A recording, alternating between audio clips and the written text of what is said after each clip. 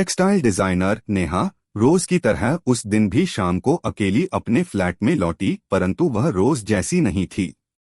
दोपहर भोजन के बाद से ही उसके भीतर एक कशमकश, एक उथल पुथल, एक अजीब सा द्वंद्व चल पड़ा था और उस द्वंद्व ने उसका पीछा अब तक नहीं छोड़ा था। तनुजा ने स्वाति के बारे में अचानक यह घोषणा कर दी थी कि उसके माँ बाप को बिना किसी परिश्रम और दान दहेज की शर्त के स्वाति के लिए अच्छा खासा चार्टर्ड अकाउंटेंट वर मिल गया है। स्वाति के तो मजे ही मजे हैं।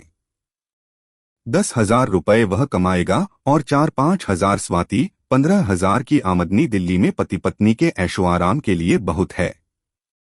स्वाति के बारे में तनुजा की इस घोषणा ने अचानक ही नेहा को अपनी बढ़ती उम्र के प्रति सचेत कर दिया। सबके साथ वह हंसी बोली तो जरूर, परंतु वह स्वाभाविक हंसी और चहक अचानक ही गायब हो गई और उसके भीतर एक कशमकश सी जारी हो गई। जब तक नेहा इंस्टीट्यूट में पढ़ रही थी और टेक्सटाइल डिजाइनिंग की डिग्री ले रही थी, माता पिता उसकी शादी को लेकर बहुत परेशान थे।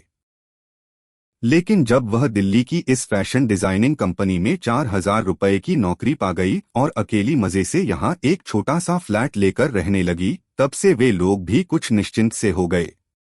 नेहा जानती है उसके माता पिता बहुत दकियानुसी नहीं हैं।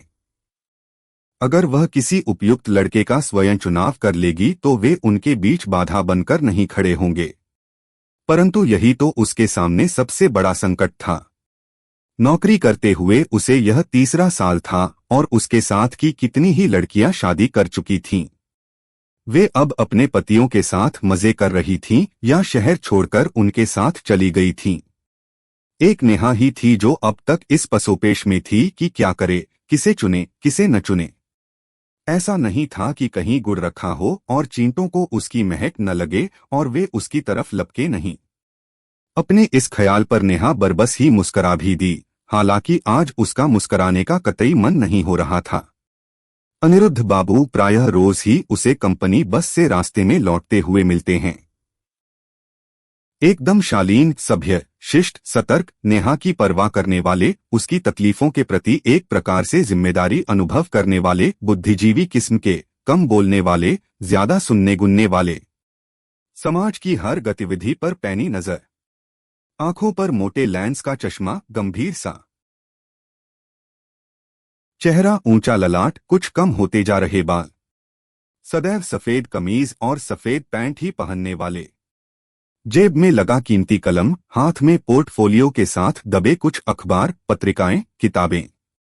जब तक नेहा आकर उनकी सीट के पास खड़ी न हो जाती, वे बेचैन से बाहर की ओर ताकते रहते हैं।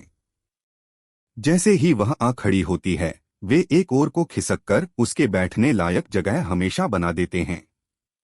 वह बैठती है और नरम सी मुस्कुराहट उसके अधरों पर उभर आती है। विजय ने तो उस दिन सिनेमा हॉल में लगभग स्पष्ट ही कर दिया था कि नेहा जैसी प्रतिभाशाली फैशन डिजाइनर उसे मिल जाए तो वह अपनी निजी फैक्ट्री डाल सकता है और जो काम वह दूसरों के लिए करता है वह अपने लिए करके लाखों कमा सकता है। और राहुल, वह लिखित परीक्षा में आ गया है, साक्षात्कार में भी चुन लिया जाएगा, नेहा जानती है। लेकिन इन तीनों को लेकर उसके भीतर एक सतत द्वंद्व जारी है। वह तय नहीं कर पा रही किसके साथ वह सुखी रह सकती है, किसके साथ नहीं।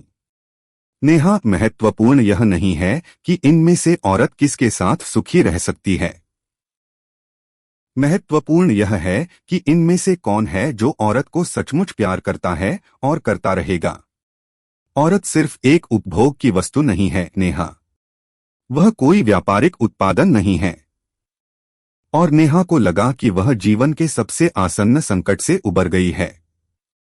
उसे वह महत्वपूर्ण निर्णय मिल गया है जिसकी उसे तलाश थी। एक सतत द्वंद्व के बाद उसका मन एक निश्चल झील की तरह शांत हो गया और जब वह रेस्तरां से बाहर निकली तो अनायास ही उसने अपना हाथ अनिरुद्ध बाबू के हाथ में पाया। उसने देखा वे उसे एक स्कूटर की तरफ खींच रहे हैं। चलो, बस तो मिलेगी नहीं, तुम्हें घर छोड़ दूं।